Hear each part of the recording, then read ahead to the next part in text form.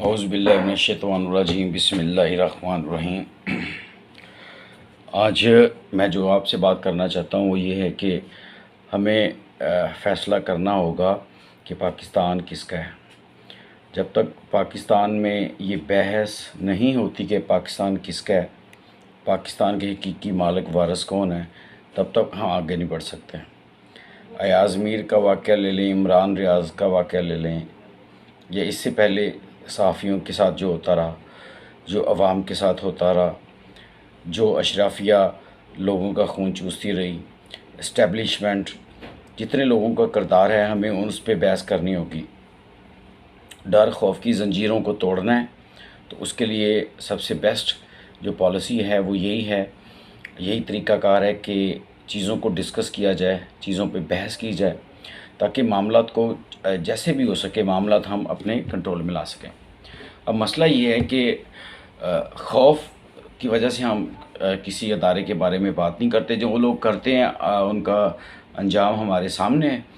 تو لیکن اس کا مطلب یہ نہیں ہے کہ ہم ان چیزوں کو چھوڑ دیں اور ڈسکس کرنا چھوڑ دیں، بات کرنا چھوڑ دیں۔ پاکستان بنا تھا مسلمانوں کے لیے، اس میں بسنے والے کسی بھی مذہب کے لوگ ہیں ان کے لیے، لیکن آہستہ آہستہ اس ملک کو اشرافیہ نے اپنے قبضے میں کر لیا، اور نتیجہ ہمارے سامنے ہے۔ غربت، بے روزگاری، مہنگائی عروج پر ہے۔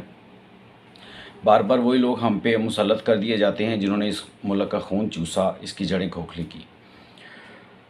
آرمی ایک مقدس ادارہ ہے، ہمارے لیے انتہائی قابل احترام ادارہ ہے، لیکن یا تو اب جب بھی کوئی بات ہوتی ہے تو ہمیں کہا جاتا ہے کہ جی یہ ہونا وہی ہے جو آرمی نے چاہنا ہے، وزیر اعظم اسی نے بننا ہے جو آرمی چاہے گی، وزیر اعلیٰ وہی بنے گا، الیکشن وہی جیتے گا جو آرمی چاہے گی۔ اگر سارا کچھ آرمی نے ہی کرنا ہے تو یہ الیکشنز کا ڈھونگ کیوں رچایا جاتا ہے؟ پھر کروڑوں روپے عوام کے ٹیکس کا الیکشنز پہ خرچ کیوں کیا جاتا ہے؟ ووٹ کیوں ڈالے جاتے ہیں؟ عوام کی رائے کیوں لی جاتی ہے؟ دیکھیں، یہ پاکستان میں آپ کو واضح الفاظ میں بتا دوں، دو ٹوک الفاظ میں بتا دوں کہ یہ پاکستان پاکستانیوں کا نہیں ہے، یہ اشرافیہ کا پاکستان ہے، اور یہ فوج کا پاکستان ہے۔ یہ بڑے ادارے، ججز لے لیں، بیوروکریٹس لے لیں، پولیٹیشنز لے لیں، یہ ان کا پاکستان ہے۔ یہ سوائے پاکستانیوں کے سب کا پاکستان ہے، وڈیروں کا پاکستان ہے، ذمہ داروں کا پاکستان۔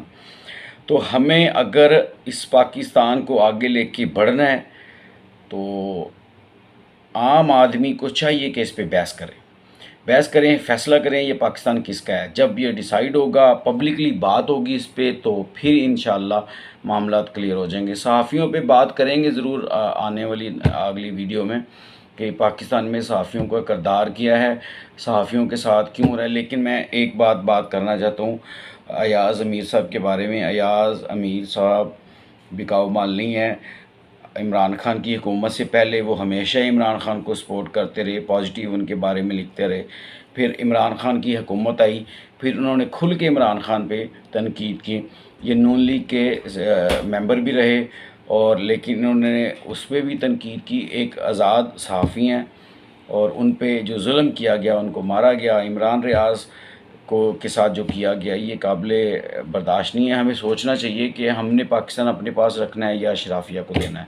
امید ہے انشاءاللہ اس پہ قوم آہستہ آہستہ اس طرف آئے گی کہ پاکستان بیسیکلی ہے کس کا۔ تو اگلی ویڈیو میں دیکھیں گے مزید کردار کیا ہے پاکستانیوں کا، عدلیہ کا، فوج کا، بیوروکریسی کا، پاکستان کو کس طرف لے کے چل جا رہے ہیں۔ اب تب تک کے لیے اجازت دیجیے، اللہ حافظ۔